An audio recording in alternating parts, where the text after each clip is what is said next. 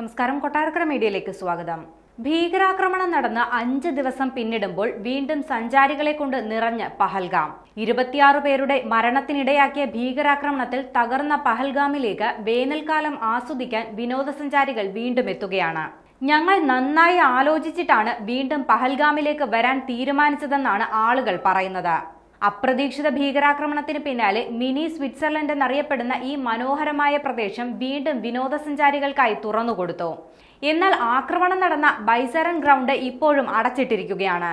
ഇതിനു ചുറ്റുമുള്ള പൈൻ വനങ്ങളിൽ നിന്നാണ് ഒരു കൂട്ടം തീവ്രവാദികൾ പുറത്തുവന്ന് സഞ്ചാരികൾക്ക് നേരെ വെടിയുതിർത്തത്. ഭീകരാക്രമണം നടക്കുന്നതിന് മുൻപ് പ്രതിദിനം 5000 മുതൽ 7000 വരെ വിനോദസഞ്ചാരികളാണ് പഹൽഗാമിൽ എത്തിയിരുന്നത്. എന്നാൽ കൂട്ടക്കൊലയ്ക്ക് ശേഷം കഷ്ടിച്ച് 100 പേർ മാത്രമേ സന്ദർശിച്ചിരുന്നുള്ളൂ.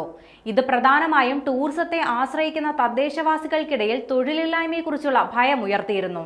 എന്നാൽ പഹൽഗാമിലെ തെരുവുകൾ ഞായറാഴ്ചയോടെ മനോഹരമായ ഒരു കാഴ്ചയാണ് വീണ്ടും സമ്മാനിച്ചത്. വിദേശ ആഭ്യന്തര വിനോദസഞ്ചാരികൾ പട്ടണത്തിലേക്ക് എത്താൻ തുടങ്ങി. ഇത് ജനജീവിതം സാധാരണ നിലയിലേക്ക് തിരികെ കൊണ്ടുവരുമെന്നതിന്റെ സൂചന കൂടിയാണ്. ഇത്തരം സംഭവങ്ങൾ എവിടെയും സംഭവിക്കാം. ട്രാവൽ ഏജന്റുമാരുടെയും അവരുടെ ടൂർ ഗ്രൂപ്പുകളുടെയും പിന്തുണയുള്ളതിനാൽ ഞങ്ങൾക്ക് ഭയമില്ലെന്നാണ് വിനോദസഞ്ചാരികൾ വ്യക്തമാക്കുന്നത്.